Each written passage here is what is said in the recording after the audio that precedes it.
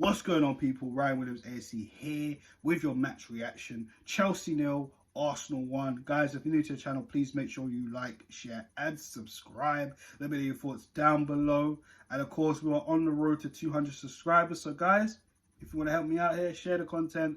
And yeah, let's just get into the game. So, we're going to go by half as we always do on this channel. So, the first half, overall, I thought we played very well. The only issue that I did have was the balls in the final third. I thought the passing was decent. I just felt near towards the end of the first half, it just started to get a little bit sloppy. And I think Chelsea picked up on that near towards the end of the half. I thought the chances we took wasn't that great. I remember one chance from Ben White just went wide, which was very unlucky. There was another chance. I think it was a great cross from Gabriel Martinelli to find Gabriel Jesus. Literally, Chelsea's defence was asleep, but unfortunately, it just wasn't enough for us to go in front in the first half. On Chelsea's point of view, I didn't really think they intimidated me that much in the first half, or throughout the game, but we're going to get to the second half, of course. But actually, there were small parts in the second half, but we'll get to that. In the first half, I didn't really think Chelsea did all that. I felt they were on the back foot a little bit, and that's because of us. Like I said, from the preview, if we play our game, we can hurt Chelsea, and we did, but it wasn't good enough. There wasn't the cutting edge from us in that first half, which was annoying. And near towards the end of the first half, just the pass was a little bit sloppy.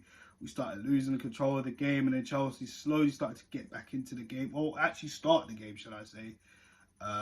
Yeah, that was the first half. Second half, we started much better. Eventually, we score a goal, where I felt in the game, it was definitely lacking a goal.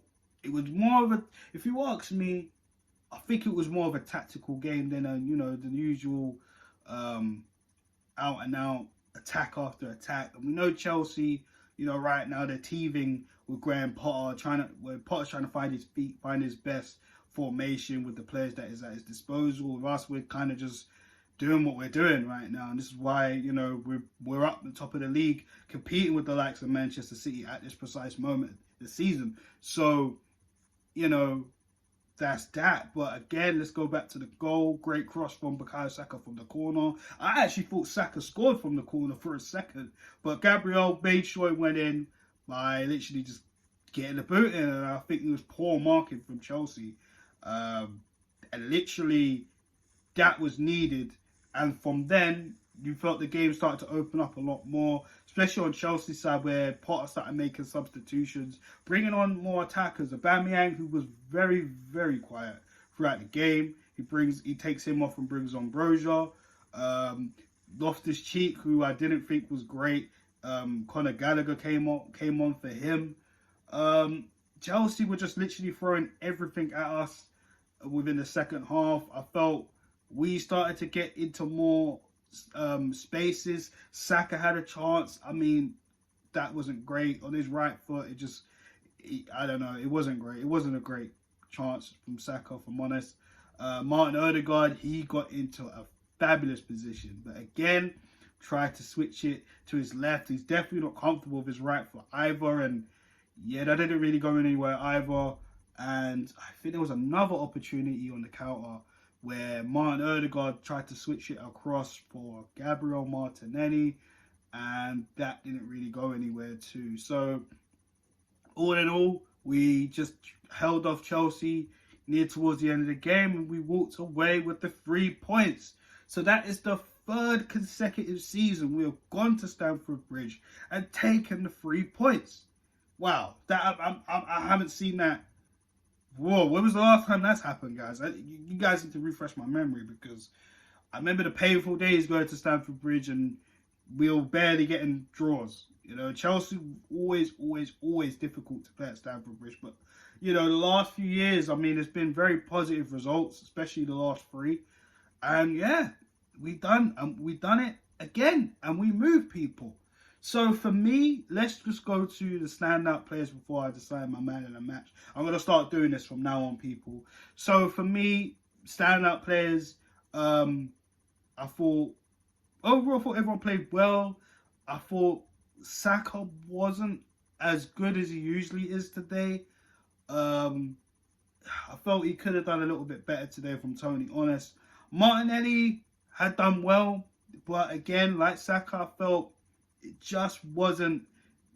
It wasn't the Martinelli we've been seeing. You know, other than the crossing and that, I just think he could have been a little bit better. I'm not saying they were both the poorest on the pitch. No. But I felt they could have done better. Zinchenko done well, but I felt I let him off because it's his first game back. There were a few times I felt he was a little bit complacent at times, and of course we ain't forgot about that throw on in the first half. What was that about? I think his hand just slipped, and yeah, that was just causing a foul throw. I thought we saw enough of that from Hector Bellerin. Oh. No, I'm not going to do Zinchenko dirty like that. Of course not, never. I love Zinchenko, but yeah, just definitely you could tell it was his first game back. So you know, let's go through around the team. I felt Jesus again done everything right, but not getting the ball in the back of the net. He was causing Chelsea problems, pressing all areas of the pitch, just can't convert. But like I said in the previous video, he just needs that one goal. Once that is there, I think Jesus will come back strong. So we're there with Jesus, man. Like I said, he does everything well. But right now, we need to get some goals in with Jesus. Just, you know, we'll wait for the next game. And to be honest, Ramsdale didn't really do anything. You know, clean sheet away from home, especially at Stamford Bridge. I mean, it's not easy. You know, didn't really need to do much. But the players I'm going to pick out today is the players I left out. Gabriel getting the goal was solid today. Good performance. I thought Ben White, again, having another great performance. I thought there were times where he did kind of dip a little bit. Then he came back into the game. But, hey, he's been consistent this season, man. Ben White's been absolutely fantastic this season. Other than that, Partey, Xhaka, solid. They were solid today in that midfield. You can tell how important it is once Xhaka's in the final third and Partey is there covering, you know, protecting the defence and letting Xhaka and Ødegaard do their thing. Ødegaard today. I felt Ødegaard was in and out, you know. There were, like I said, he had times where he could shoot, and I thought his passing was good. But again, his decision making, it really needs to improve. I'm not throwing Ødegaard under the bus by no means anything. I just need his decision making to improve. But yeah, Xhaka, Partey, Ben White, standout players for me. But the man of the match has to go to number 12, our centre back, William Saliba. This guy is absolutely fantastic. I need Arsenal to sign him to like a 10-year contract. He is the future leading centre back at our starting in our defence for a very long time. I believe so. He's so good. You know, right now in the Premier League, he's definitely top 3. He's definitely top 3 or even top 2, hands down. You know, guys, let me know your thoughts down below about that. You know, who's your top 3 centre backs in the Premier League currently? Because I hear a lot of people talking about Martinez for Manchester United, and yeah, he's a very good centre back. There's no questions. But William Saliba is in that conversation as well. So, and I'm not being biased here. I'm just saying it how it is. If Martinez is getting applauded, so should Saliba, because I think both of them are very good centre backs and very good choices for both Manchester United and Arsenal. But this is an Arsenal channel. We're not talking about Man United. But anyways, William Saliba, fantastic performance, did everything well.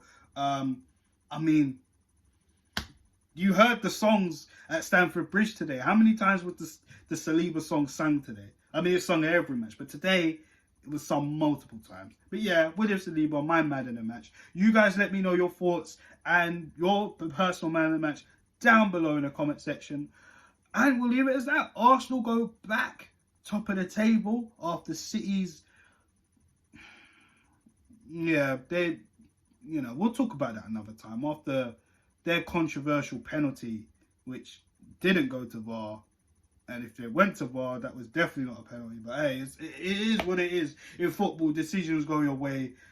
and the referees need to be questioned. But that's another story for another time. Anyways, we're back to the top of the league. Can we keep going? We need to keep the momentum going.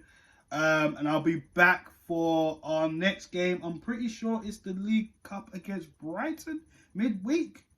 If not, then it's Wolves. But guys, I'll be back with another video on my channel. Make sure you like, share, and subscribe, of course, to this YouTube channel, as well as my socials down below if you want to get in contact with me on my Twitter and my Instagram. But yeah, on the road to 200 subs, and Arsenal, well done. London is red. Have a good afternoon, people. By the way, it's nothing personal. Take care, people.